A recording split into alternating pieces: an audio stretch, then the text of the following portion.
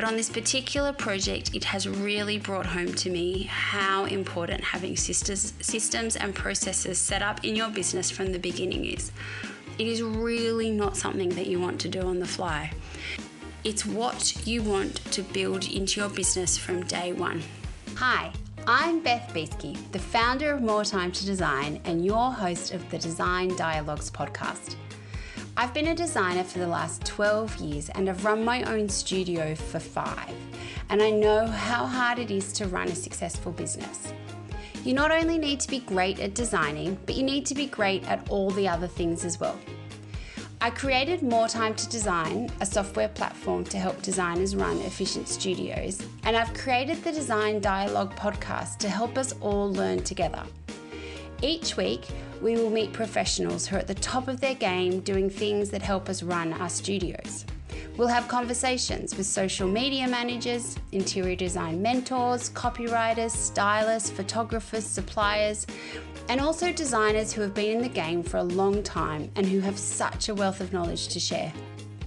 I hope that each week you feel inspired and informed at the end of each of our design dialogues. So join me for the Design Dialogue podcast. Hi everyone, and welcome to episode 36 of the Design Dialogues podcast. And today it's a solo episode with Beth. I had a different episode planned for today, but the last few weeks have been really hectic in my family. Nothing serious, just hectic. We have had a run of illnesses with my 2 kids, and my mother-in-law, who helps us with some pickups during the week, has been having some car issues. Nothing major.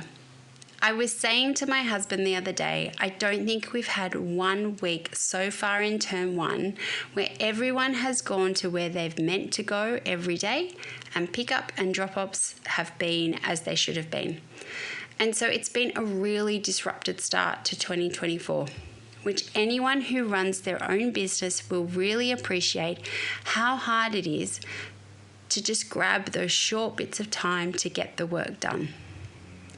For me, this disruption has been my kids' health.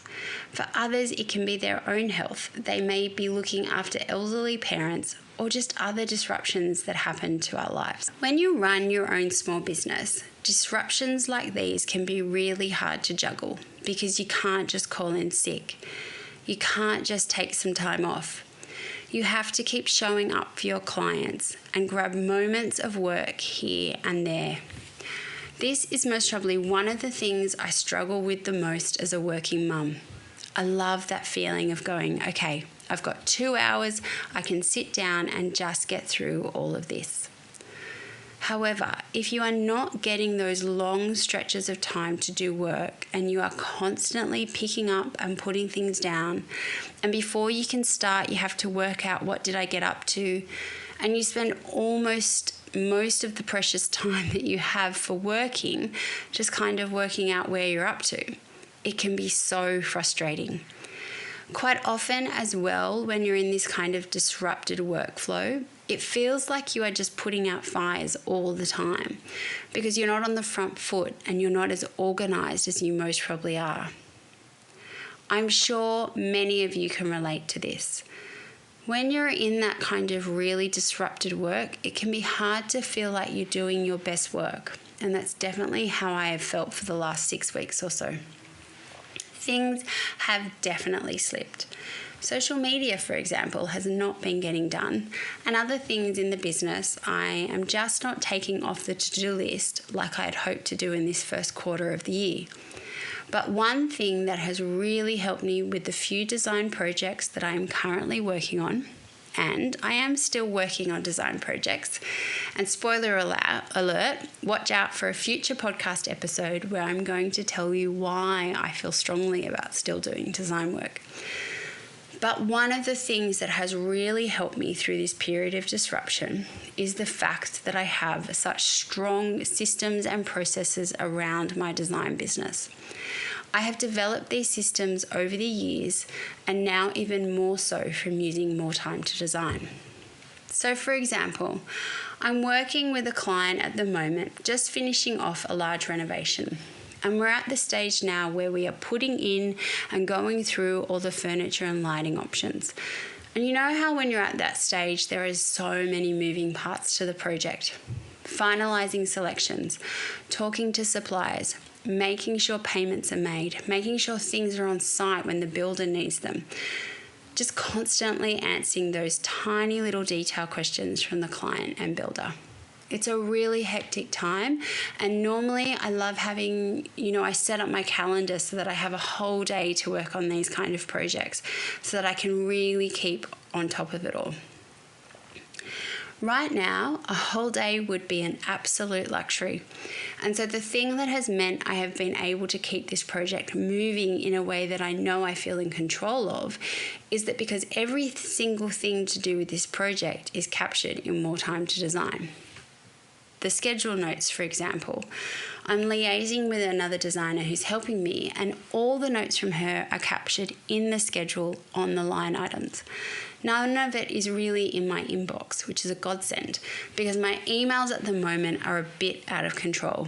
And it's so easy to lose stuff in your inbox, especially if you're not on top of it. And let's be honest, sometimes I'm great with my email management and sometimes it's an absolute mess. Having strong systems and processes in your business is something I have always known is important. But on this particular project, it has really brought home to me how important having systems and processes set up in your business from the beginning is.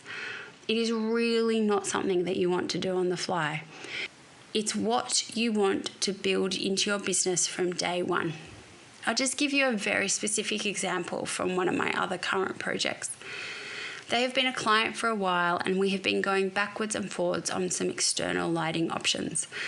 We've gone through several rounds of revisions on this with input from lots of different stakeholders. But all of this information around the selection of these external lights has been captured in More Time to Design.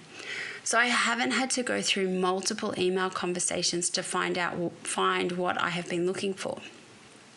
There's been multiple times when I haven't really been working. I've just been looking after my son who's been sick, and the builders called me and they have needed to know some information straight away. Instead of having to scroll through so many emails or finding the right notebook where the note might have been scribbled, all of the information is easily captured in the project and item notes in More Time to Design. It has saved me so much time and so much stress, and it's just made what is a pretty stressful and disorganized period of my life a lot easier. So if you are going through a stressful period or disrupted period of work, how are your systems and processes set up? Have you considered using a program like More Time to Design, or do you have another system that works for you?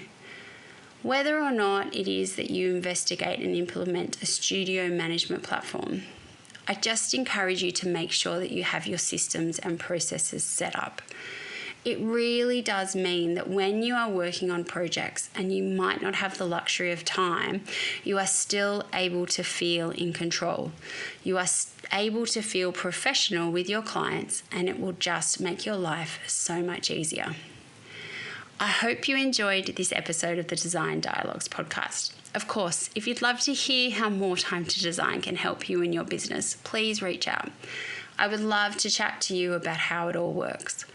Alternatively, if you'd love to chat about systems and processes and some of the things that I have done in my business over the years, please reach out on DM or email. I love to hear about how other designers work and what has and hasn't worked in your studios. Thanks guys for joining me this week.